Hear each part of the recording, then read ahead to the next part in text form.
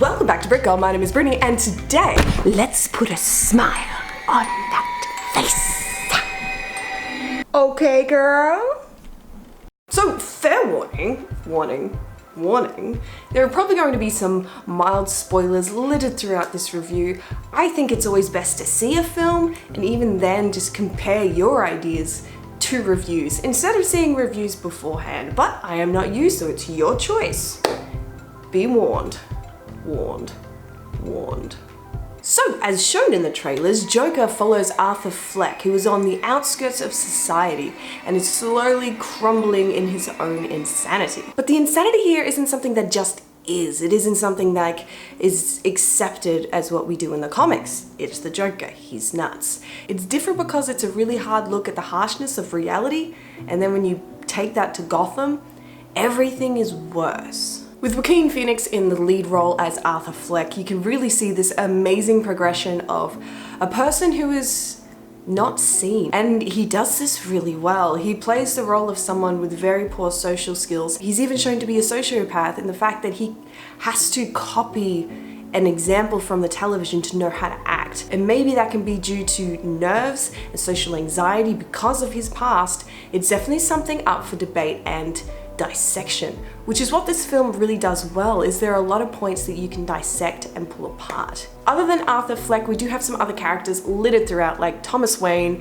and even Alfred Pennyworth. However, a short moment he was even there. But I think Zazie Beetz' character is the best representation of Arthur Fleck. I'm not going to go into too much detail, but she really does help the audience better understand who Arthur Fleck is, and it will send chills down your spine. Director Todd Phillips has done an amazing job at bringing Gotham to life. He's stayed true to the classic Gothic noir look that we know from the Batman animated series, from the television series Gotham as well, but he's also added this 70s flair. Gotham has always been a fascinating location for me because it's stuck in a time bubble, yet only some things progress with time. For example, in Gotham, it seems that they still have these strange old radios and those antenna TVs and stuff, while also having a mobile. I think a mobile phone shows up every now and then. It's fascinating to me. It's like it's a city that can't let go of the past, and it's also a city that will not go into the future because no one is investing in it. So the fact that they've made this pocket is incredible, this weird otherworldly city, and you can put it side by side with Metropolis. So Todd Phillips has done amazing here in working with his crew to design this fantastic Gotham, and something that feels natural to where we'd expect Batman to be, although we'd expect Batman to be above. This film allows us to actually walk the streets of Gotham a lot more than what we normally do. Yes, we got that a lot in Christopher Nolan too, but the fact that we're seeing more of the people, more of how they're feeling with this huge wage gap and the difference between the extreme wealth and middle class, because it's not middle class. You have horrible situations where you see Arthur Fleck. So not only is it a great study of the Joker, but also a brilliant investigation into socioeconomics and the lifestyles of the rich compared to the poor. This all unravels in the story very smoothly, very well. I will add that because I saw it in Vietnam, I think some bits had been cut out. One bit specifically I could point at and say something is missing here. However, although something was taken out, the next shot was still very impacting and clever and powerful, and I almost thought if the transition was done better, whatever was missing in that spot there, you didn't need. Because although, yes, I missed something that was said by Arthur Fleck, the thing he did afterwards was so powerful that I didn't really need a speech. In fact, I thought that shot was so remarkable that they could have ended it there. Yes, they continued it into something that was you'd expect it from a Batman animated film, and you know that the Batman animated films are remarkable. Even all the the majority of the DC animated films are top notch. They're fantastic. So there are moments in this where you think they've gone there. They've really taken a leaf out of the DC animated world's book. I thought I was Batman's psychotic obsession.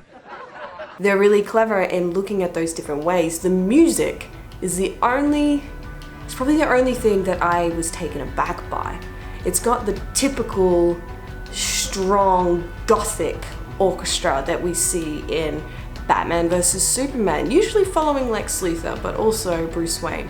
And then also from Christopher Nolan and from even the Tim Burton Batmans. There's usually this gothic grand orchestra playing with Batman going along with Gotham. And although sometimes it verges on pretentious, it nearly hits the point where you think, guys, it's a bit much, take a step back. You remember that it is Gotham. This is the soundtrack of Gotham. It is operatic, almost. The unfortunate thing is, though, when the operatic music is paired really awesomely with classic songs, Bring in the Clowns and, you know, Smile Even Though You're Hurting, that's amazing. They work really well because those songs are quite haunting. But when you get something from the pop industry, that is jarring and it didn't fit. However, if that is my biggest gripe with this film, if that's the only point where I can point out and say that's awkward, I didn't like that, then, I mean, hey, it's a good film. It's definitely something that is like a character study where you break down the scenes and you really look at the story and have to pull it apart. I feel like this is very surface level review because I've only seen it once and because potentially there are other things that have been taken out due to where I've seen it. But if you are someone who likes the Christopher Nolan films, then I highly recommend that you see this film. It's definitely a serious tone, it's definitely confronting, and sometimes, well, it'll just make you jump. But the fact that it feels like it's pulling from animated series, animated movies, and from so much of the Batman lore, fans, I don't know how this will fall short of expectations. This is definitely a film that can change the course of superhero movies. Not only does it not have someone who is the classic vigilante or a superhero, but it's less looking at the high adrenaline lifestyle that you would see in these films, or even the quippy, campy one-liners or whatever. And it really is just looking at combining humanity with something that we think is almost outrageous, like superheroes.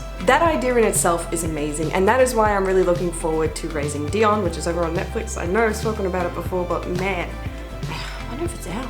And that is my quick little review, very surface level, of the Joker film. I wish I could go into more detail, but it's such a big thing to unpack, it probably needs a second viewing. With that said, if you have seen the film, make sure you pop down in the comments your favorite character, or even a character you would want a film like this made about. Any Marvel villains out there of equal stature to the Joker? Okay guys, thank you so much for watching. My name is Brittany, and you have been watching Brick Girl. Yeah, no jump scare.